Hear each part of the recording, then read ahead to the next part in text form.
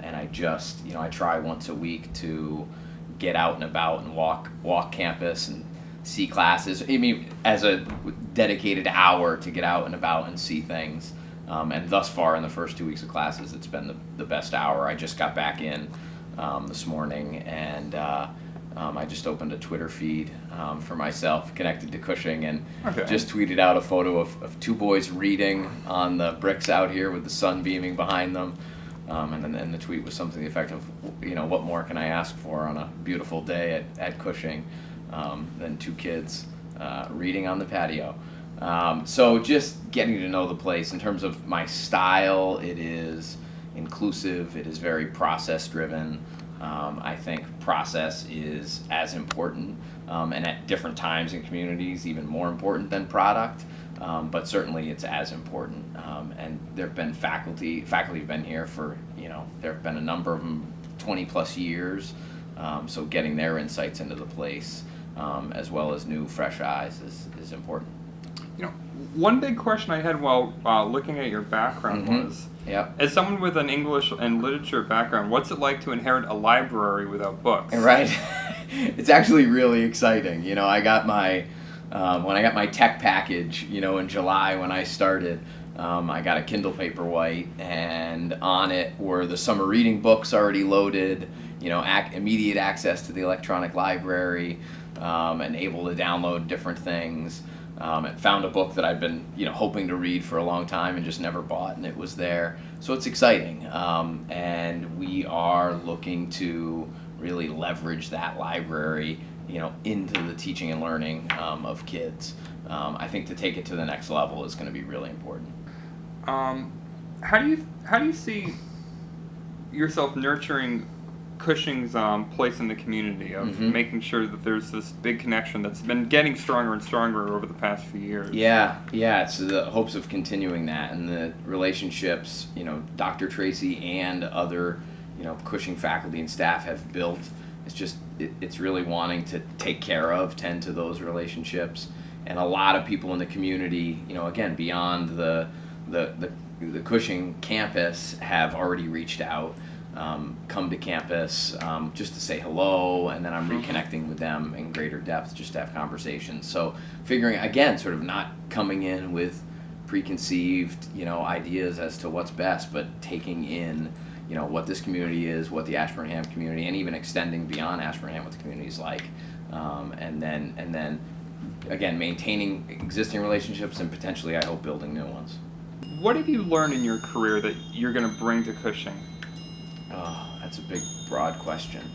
Answer it however you like.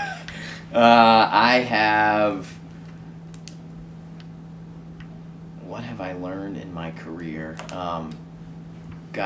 So much, everything professionally. I've been in schools since I began in terms on the teaching administrative side, since the fall of '94 was my first internship while I was a senior in college.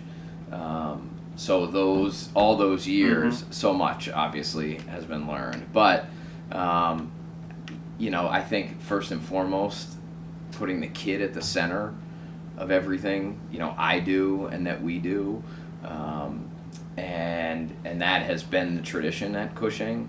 Its mission is the school has existed for students. And then it details that, but that's a phrase that it exists for students that, when you say it and you hear others say it, it really resonates. So my sense has always been that everyone in the community is at their best when kids are at the center of their thinking and their actions. And that's who I've been. If you look at my career, I've up until now, though I'm still going to be out on the baseball field in the spring, for example. I hope Coach Hancock will let me throw batting practice, hit fungos. But I've coached, I've lived in dorms. My family has also lived in dorms. I've been a teacher, and I've maintained that through my administrative work. And I'll come back to that. I hope to teach, in the near future at Cushing as well. But again, it's sort of keeping kids at the center. I get jealous when for example, two other, the associate head and the dean of faculty, come in, and you can just tell that they are really jazzed because they've just had a great class with kids. And I say, you're not allowed to walk in here when you're that jazzed because I just came out of a meeting or what have you. So if there's anything that's sort of core, that's it. What is it that drew you to education in the first place, and what kept you there? Yeah, wanting to make a difference in the world, sort of feeling around what I was going to, do beginning my sophomore year in college. And what is the purpose of education in your view? I think it is to, I said this in my opening faculty talk, it's to make the world a better place. As corny as that can sound at times, that's the optimistic, again, core of what I think education is. Yeah. What values do you want the Cushing students to graduate with? I would say, I'd say first, this is more of a mindset than a value. But the mindset is, if you haven't done any reading about a growth mindset, that I've talked a lot about that, and it's sort of become a little bit of a, brings a smile to people's faces when the phrase comes up. But a growth mindset is the idea that your abilities are not innate. There is, of course, a genetic part to how high I can jump and how fast I can run. And there's probably I think there is a genetic connection to some of your academic abilities or artistic abilities, but a growth mindset is one where that isn't a fixed innate characteristic to you, that you can grow it. In honor code ceremony and dinner the other night, which is, and photos were taken, if that's a photo that can get out there, it was a photo that was on the school website that really drew me to the school. And I tweeted one out. There's a photo of a girl signing our honor code book. And I don't know if you've heard of this before, but the honor code was instituted 4 or 5 years ago, and certainly not unique to Cushing, but it arose through students, and students really drove the process and ultimately codified that honor code. And so now annually we have a ceremony to kick off the year, really focused on new students, but returning are there as well. And students give speeches, talk about the honor code and what it is to live with honor in this community, academic, social, just personal honor.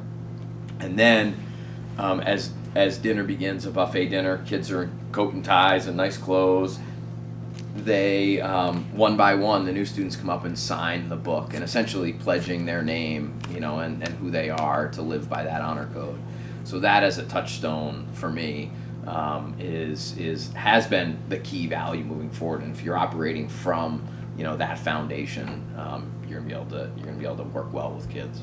Yeah. How has the transition been for you? It's been great. I think it's been wonderful. You can ask around and see if that's been the agreed upon sense. But again, sort of back to the learner in me, it's taking it all in, and just having conversations, watching things, participating in, again, meetings here, meeting people off campus. But I think the transition has been really good. I was definitely in moving from Taft, a school that my wife, kids, and I loved. I've been there for 11 years. We wanted to find the right community, and this has been